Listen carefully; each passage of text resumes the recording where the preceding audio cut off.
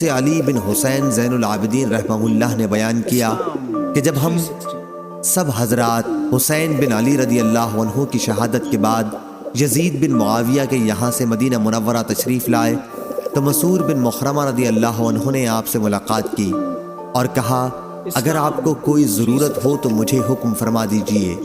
حضرت زین العابدین نے بیان کیا کہ میں نے کہا مجھے کوئی ضرورت نہیں ہے۔ پھر مسعور رضی اللہ عنہ نے کہا تو کیا آپ مجھے رسول اللہ صلی اللہ علیہ وسلم کی تلوار عنایت فرمائیں گے، کیونکہ مجھے خوف ہے کہ کچھ لوگ بنو امیہ اسے آپ سے نہ چھین لیں، اور خدا کی قسم اگر وہ تلوار آپ مجھے عنایت فرما دیں تو کوئی شخص بھی جب تک میری جان باقی ہے اسے چھین نہیں سکے گا۔ پھر مسعور رضی اللہ عنہ نے ایک قصہ بیان کیا کہ علی بن ابی طالب رضی اللہ عنہ نے حضرت فاطمہ رضی اللہ عنہ کی موجودگی میں ابو جہل کی ایک بیٹی جمیلہ نامی کو پیغام نکاح دے دیا تھا۔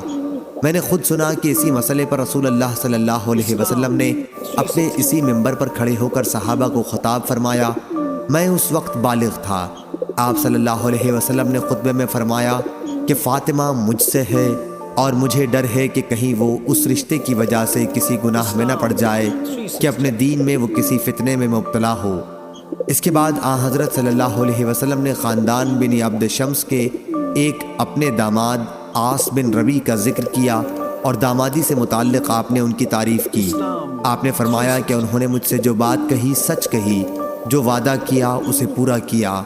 میں کسی حلال یعنی نکاح ثانی کو حرام نہیں کر سکتا اور نہ کسی حرام کو حلال بناتا ہوں، لیکن اللہ کی قسم رسول اللہ صلی اللہ علیہ وسلم کی بیٹی اور اللہ کے دشمن کی بیٹی ایک ساتھ جمع نہیں ہوں گی۔